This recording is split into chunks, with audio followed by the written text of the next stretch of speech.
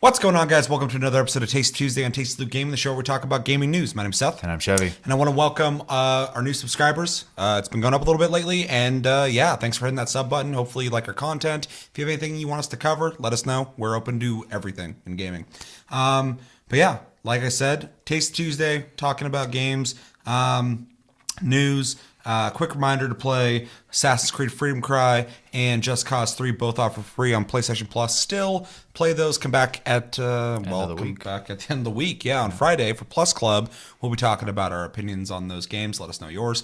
And our game of the month is still Payday 2. Payday 2. Thank you. Yeah. I just got off work. I'm a little all over the place. You only got a couple more days to play that one, though. Yeah. And we'll be talking about that in the middle of the week. We're doing a midweek taste cast. It's a little weird, but yeah, with Gamescom, we got videos to watch. That's coming up in the middle of the week as well for taste cast. Then we got fucking Plus Club on Friday, and then we're doing today. So I'll say everything kind of just fell on us at once. This is a busy week for us. But yeah, stay tuned. We got some cool stuff coming for the taste cast. We do a lot of reactions, a lot of cool videos. Monster Hunter, I know you guys are into that as much as we are. But with that, yeah, let's get into the news. So, real quick update. We talked about this about a week ago, but PUBG, or PlayerUnknowns Battleground, was right under Dota 2 on Steam and its concurrent player base, and they actually surpassed them. It got to the number one spot with 877,000 people playing at once. So I just want to say congratulations to PUBG for doing that. We're supportive of that. We're like, fucking, let's do it. Let's get them up there. They did it, so that's awesome. As for an all-time record, though, they did not meet that, but never say never because it could happen. But apparently Dota 2 has gone over 1 million players at once, which is insane. That's crazy. A lot of people playing a fucking video game one time. So yeah, Dota 2 is actually back in the number one spot. Mm-hmm. But, I mean, they did it, so it's crazy. Any thoughts on that? I love it. You got a list here, obviously, and you see a bunch of like AAA games, and then you have like a handful of indie or smaller team games, and it just really shows that the difference between indie and AAA is only the budget and not the creativity, which is great. Oh, absolutely. So, yeah, no, it's just seeing a game that wasn't like a Valve game. Make it to number 2 was really exciting. Like, even though I know in the long term it's not going to stay up there with the rest of the Valve games, but to see it hit number 1, I mean, it's just awesome. And I can't even imagine what it's like to be the guys who made that game. To see it, I mean, I think they have 800 copies sold, or 8 million copies sold of that game. 800 copies sold, almost 1 million players. Fucking many people playing. Yeah, that's a lot of pirated games. And speaking of pirated games, I'm going to use that as a segue. So yeah, there is a company, Acid Wizard Studio, who has made a game called Darkwood, which is a top-down horror game. They released it on Steam, but noticed that people are pirating it. People are always going to pirate games. So they decided to upload it to Pirate Bay themselves. In a quote, they said, "We decided to upload it to Pirate Bay to ensure that people who can't afford it can download a safe version of the game." He also said, "To be honest, we're fed up with it. This practice makes it impossible for us to do any giveaways or send keys to people who actually don't have the money to play Darkwood. If you don't have the money and want to play the game, we have a safe torrent on Pirate Bay of the latest version of Darkwood 1.0 Hotfix 3, completely DRM free. There's no catch, no added pirate hats for characters or anything like that. We have just one request. If you like Darkwood and want us to continue making games, consider buying in the future, maybe on sale through Steam, GOG, or Humble Store." So yeah, they put the game out for free. You can download it right now. And like I said, it's top-down horror game. What do we think about a company essentially giving their game away for free to allow people to have access to their game in a safe way? In the big picture, I'm actually, I think this situation, for what it is great. Just because, like they said, they wanted to make sure there was a safe copy out there for people to play, because at the end of the day, it is the reputation of their game. You know what I mean? Mm-hmm. And I love that they went ahead and they told people, like, hey, we have it, or you're not going to get in trouble, but if you like it, please support us. I really hope people do that. I know in most cases, a lot of people pirate games because they don't have like money, or they're not sure about it because demos aren't a thing anymore. And then, why would you buy it at that point? Because you already have the full copy. I always want to give props to companies who can find a way to still get their product out there, and then and just be kind of open about the fact that, like, hey, if you enjoy support us. I'm the type of person who, like, if I like something, I mean, you are too. We'll support the crap out of it. We always say absolutely. with Warframe, we've spent a lot of money on that game. I play a mobile game, Final Fantasy Brave Exvius. I've given them a little bit of money. I don't have to. The game's free. You know what I mean? But I enjoy the content, and I really hope people support this company. And I think a lot of people actually do. I mean, like, you always hear certain people are louder than others, and people are just like, oh, fucking free game, cool. You're going to hear it from them. Sure. They're not ever going to go away. But you do see the communities typically be really supportive of games. I mean, this Darkwood game, I actually wasn't even, I've heard of it, but because I remember hearing about it a couple weeks ago for some other reason. It was it was on Reddit.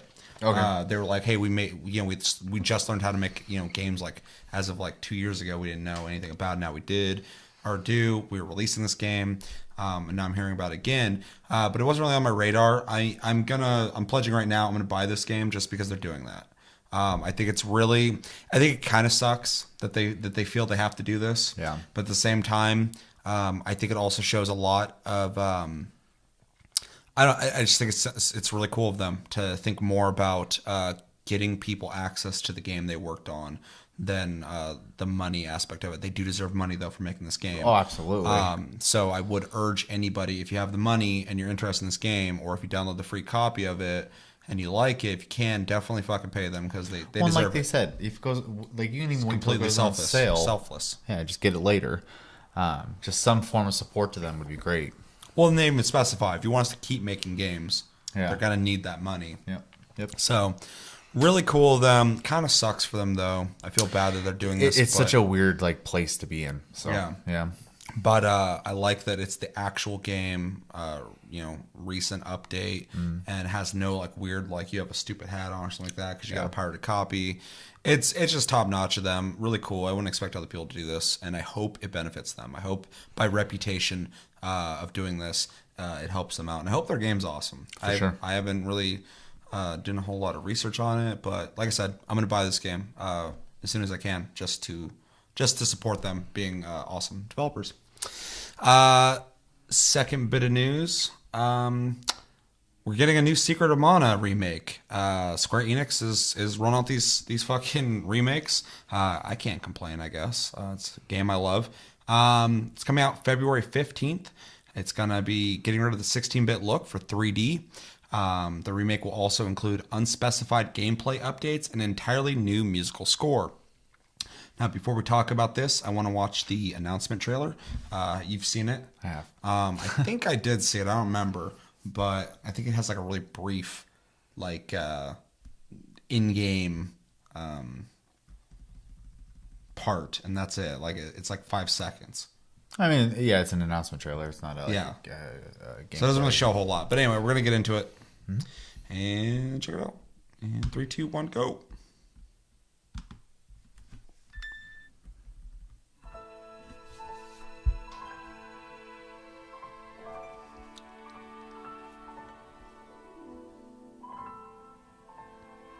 So obviously the older art style.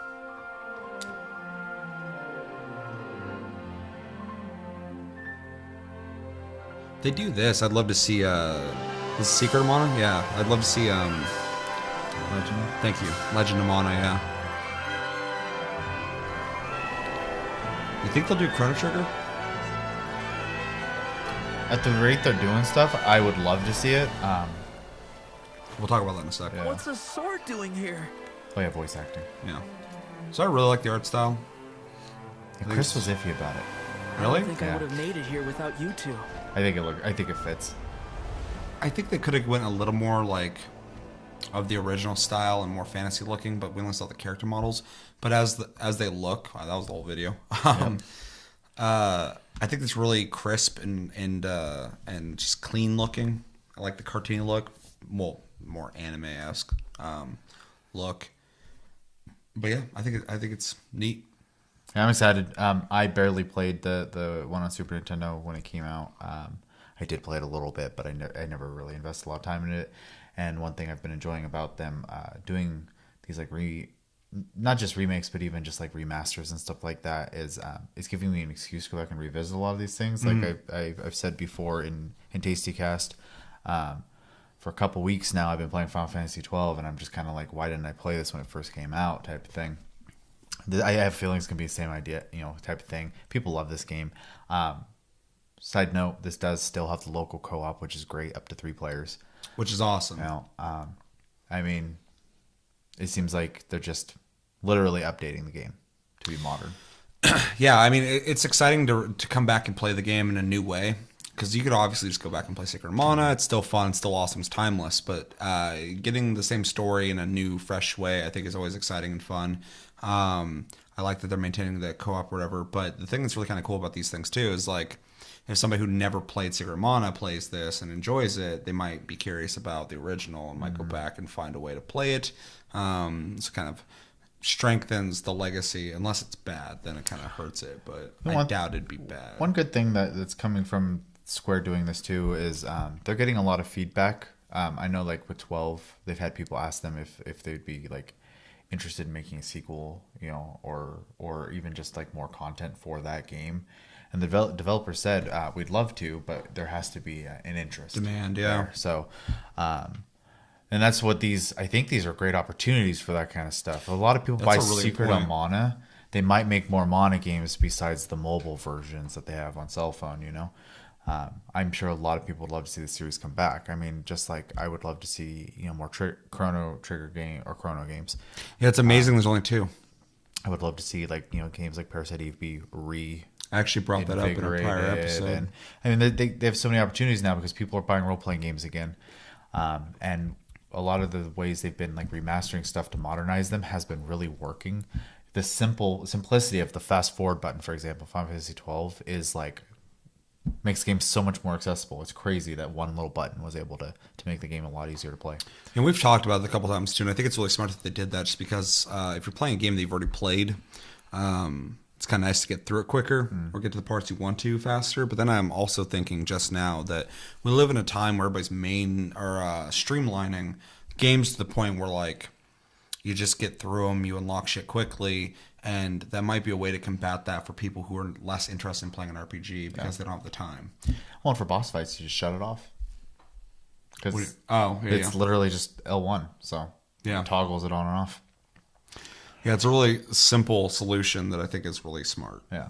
So. And then obviously with this, I doubt like anything's changing besides, obviously graphics and music and whatnot. So, but I don't think Secret of Mana is a game that really needed change. It's an action-based game, and and I think it'll lend itself really well to being remade because it is an action-based game. Yep. It's like they can't really fuck up the formula too much. Right. It just has to be similar. Whereas like making the jump from Final Fantasy VII being a very traditional RPG to what it's going to be now is going to be polarizing for people. Yeah, as long as they nail it, people won't bitch. But if it's just people are going to bitch, but not as bad as if they just fuck it up completely.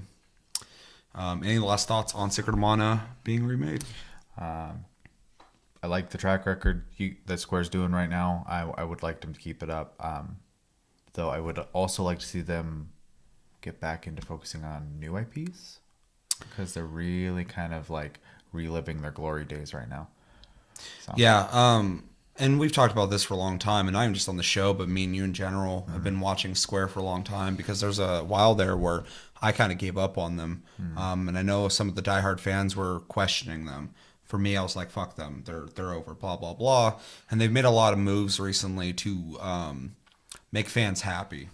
They're not really doing anything new and groundbreaking, but they are just finally making solid games that people want to play, which is important because they're getting that trust back. Sure. So I'm hoping, like you're saying, once they get, like, I don't want them to just get stuck in this routine of just giving people fan service stuff. I want them to finally at some point take risks again. But I get where they're coming from because, like I said, I gave up on them, and now I'm at the point where I'm like, yeah, they're doing good. Well, and they've made 2 large investments lately, and luckily for them, and great for them, actually, I should say, that both of those ended up panning out well for them. So, What are you referencing? 14 and 15 Yeah. are both very expensive to make. Yeah, and that's another thing we've talked about before, but like 14 was like a huge mistake on their part and could have totally fucked them. And Almost sank them. And they somehow fixed it. Yeah. And then 15 was kind of a gamble too, because I remember when they first announced it, I was like, you guys really are just taking verses and they're going to call that 15. And it worked out. I mean, it was well received. I enjoyed it. I mean, I didn't beat it, but... Yeah, besides the aesthetic, it was completely built from the ground up. Yeah. Again. So Yeah, I was worried that they were just going to like transfer it over and update Yeah. the graphics, but they literally, made a modern day game. Yeah. So... Which costs more money. Yeah. So I mean, they've been showing that they're trying. So Yeah, it's for sure. It's cool. Last bit of news for fellow Fortnite players. I've been playing a shitload of the game. There's a big update coming out. Actually, I think it's coming out really soon. Where is it at? I think it's August 29th. So it'll be out. Yeah. I mean, technically it's today. So it's out. Yeah, it's supposed to be out today. And yeah, it's going to be adding a new mode called Survive the Storm, which is a survival mode where you essentially during the day run around and look for resources to build up defenses. And then when night comes around, enemies attack. So you're going to be going through waves and just trying to survive. And then there's also going to be special loot available for playing Survive the Storm. It says, although few specifics were shared, we do know that you earn tickets for doing so, which can then be used to acquire 9 high-impact weapons from new hydraulic set. You can get a glimpse of some of these in the trailer above, which we'll probably just skip. So what do you think about Fortnite? Which, if you don't know, Fortnite is a game that I think is going to eventually be free to play, but right now you can get early access to it. It comes out next year, so if you want to play it, you got to buy it right now. But it's a game where you it's a tower defense, pretty much cooperative tower defense game with loot and stats and skill points and shit like that. So what do you think about new mode and an event essentially with new weapons? I am glad they're adding a new mode. The one thing to have longevity for this game is going to be, I think, just that, which is game modes. Variety, yeah. Yeah, because otherwise people are just going to be doing the same thing over and over again. They're going to get burnt out. So I think this is smart. It seems interesting. I mean, the tower defense aspect of the game is really kind of weak. Yeah, I agree with that. And I enjoy the game. And hopefully, they can come up with a mode where the tower defense becomes more viable. Because that is kind of a big draw. The building system's so cool and it seems so underutilized. So half the time I don't even build it well, much. and that's exactly what I'm saying. Yeah. Most of the time you just stand in like a line with each other and you hold the line and kill everything. Yeah, you put up enough things that people at range can't hit your whatever you're defending, and then you shoot a lot of things, and it's fun. I like it, but as a person who thinks of tower defenses as like crack, I am underwhelmed by not feeling the need to do it. Hopefully this mode, because it's going to be a day-night cycle where you have to be ready without warning or starting up anything, will be more inclined to make you want to actually build up defenses because you're not going to have time to really be like, well, okay, now we're good. As for things I'd like to see them add, though, because we're talking about them adding stuff like weapons, I'd like to see them add more traps to the game too, because like you said, you got me thinking about it. You said that the tower defense aspect is weak, and I agree with that. There's not very many traps in the game, and or different types of traps. There's plenty of variants, Which is crazy because there's a lot of weapons. Yeah, there's a shitload of weapons. Yeah. So I'd like to see them put some emphasis on more types of traps to get more creative with. Yeah. But yeah, new mode. I think it sounds cool. Like I said, I'm actively playing it right now. I'm really enjoying it still.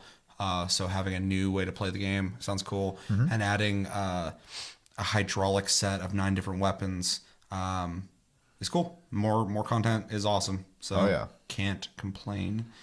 And yeah, I mean, that's pretty much all I have to say on that. I mean, you pretty much said it. Do you have any interest in playing Fortnite anymore? Yeah. I'm trying to avoid games without endings right now. I'm trying to get through some games. Just knock shit out. I do the same thing with Nier. I also, shoulder. I can't really play a lot of PC games right now. Can't use the mouse. Chevy's disabled. Yeah, I got hurt. Yeah. So I can play games with controllers just fine. So I've been mostly playing Final Fantasy 12 right now, but I do want to. I do want to play this more. Yeah, I've been playing it a lot, and like I was talking to Josh about it. He's like, "You don't play anything with me." I'm like, "Dude, all I play is Fortnite right now." And he's like, "Well, you're so far ahead, I wouldn't even be able to play with you now." I'm like, "All you can do is play the fucking game, man." Yeah, But it's a weird mentality.